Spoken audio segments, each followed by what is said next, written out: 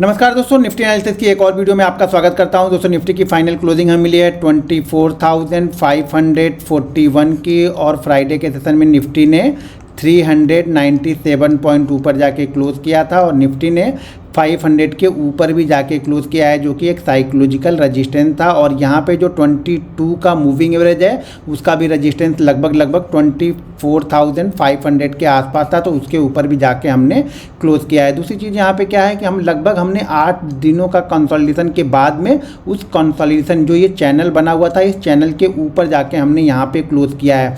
अगर निफ्टी एक दिन और इसी रेंज के ऊपर यानी 25,000 के ऊपर ही क्लोज करता है तो जो नेक्स्ट रेजिस्टेंस फिर इसको मिलेगा निफ्टी को, वो मिलेगा यहाँ पे आपको 24,722 से लेकर के 24,788 के बीच में एक रेजिस्टेंस आपको देखने को मिलेगा, क्योंकि ये जो हम गैप डाउन ओपनिंग हुए थे ना, वो गैप फिल करेगा यहाँ पे। तो यहाँ पे नज़र बना के रखिए, अगर एक दिन इसके ऊपर और क्लोज करता है तो जो नेक्स्ट मूव वो कर सकता है 24,722, क्योंकि ये नेक्स्ट रेजिस्टेंस है इसके लिए 722 से लेकर के 788। अगर इस रेंज के ऊपर क्लोज करता है तो जो पिछला लो होगा उसके ऊपर निकल जाएगा और यहाँ से एक फ्रेश ब्रेकआउट देखने को मिलेगा, जो कि इसको लेके जाएगा जो निफ्टी का लास्ट हाई है। जो निफ्टी का लास्ट हाई लगा है उस हाई के आसपास फिर ये निफ्टी यहाँ से जा सकता है। तो यहाँ पे नज़र बना के रखिए, क्योंकि हम 8-9 दिनों के कंसोलिडेशन के बाद में हमने चैनल को ब्रेक किया है। तो ये इंपॉर्टेंट है कि अब निफ्टी क्या करे।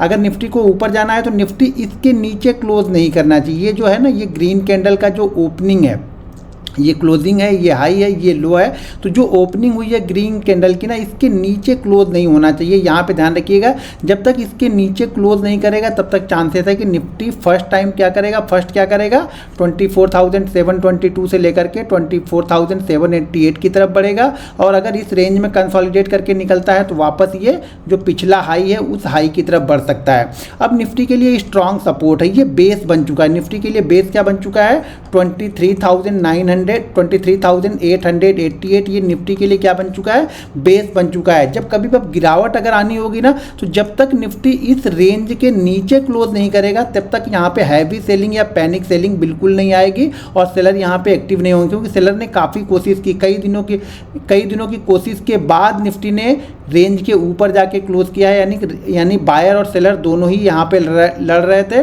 और लड़ने के बाद क्या हुआ, आखिर में बायर की जीत हुई है, बायर ने ऊपर क्लोज किया। लेकिन अभी क्या चाहिए, बायर को एक सेशन इसके ऊपर और क्लोज करना पड़ेगा। तो क्या करेंगे, बहुत सारे लोग जो इस रेंज के बीच में जिन्होंने भी लिया होगा वो लोग का एसएल यहाँ पे आके सेटल हो जाएगा, वो लोग यहाँ पे एसएल लेने लगेंगे।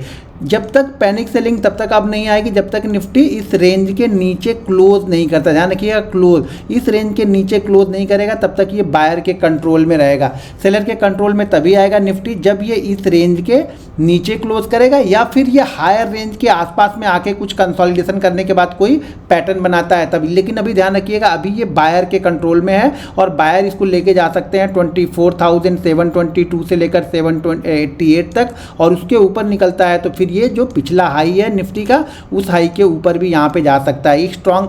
अब इसके ऊपर एक दिन और इसके ऊपर क्लोज करने के बाद ना 24,500 ही यहाँ पे एक स्ट्रॉन्ग बेस निकल के आना स्टार्ट हो जाएगा। ध्यान रखिएगा, जब कभी भी चैनल का ब्रेकआउट होता है तो ध्यान रखिएगा जो टारगेट निकल के आते हैं चैनल में, वो क्या होता है, यही जो जितने दिन ये कंसोलिडेट किया है और कंसोलिडेशन में जो भी इसकी रेंज बनी है, तो इसकी रेंज नीचे की साइड में क्या है 23,900 और ऊपर की साइड में जो इसकी रेंज बनी थी वो बनी थी 24,400 के बीच में ये कंसोलिडेट कर रहा था। तो 500 पॉइंट क्या निकल के आता है, इस चैनल का रेंज क्या है 500 पॉइंट। तो जब इसको ब्रेकआउट करता है तो यही मूव ऊपर की तरफ जाता है, तो यही इसका क्या होता है, निकल के आता है। इस चैनल का जो टारगेट निकल के आएगा वो लगभग 25 के आसपास का निकल के आ रहा। तो यहाँ पे आप नज़र बना के रखिएगा। लेकिन उसके लिए करना क्या होगा, उसके लिए निफ्टी को इसके नीचे क्लोज नहीं, अगर कल मतलब मंडे के सेशन में हम इसके ऊपर ही क्लोज रहते हैं तो बहुत सारे लोग यहाँ पे अपना एसएल लेके आएंगे और जो जिनको बड़ा टारगेट चाहिए होगा वो लोग अपना एसएल कहाँ पे लगा के बैठे होंगे, इस रेंज के नीचे, क्योंकि अब सेलर तभी एक्टिव होंगे जब ये इस रेंज के नीचे की साइड में आएगा।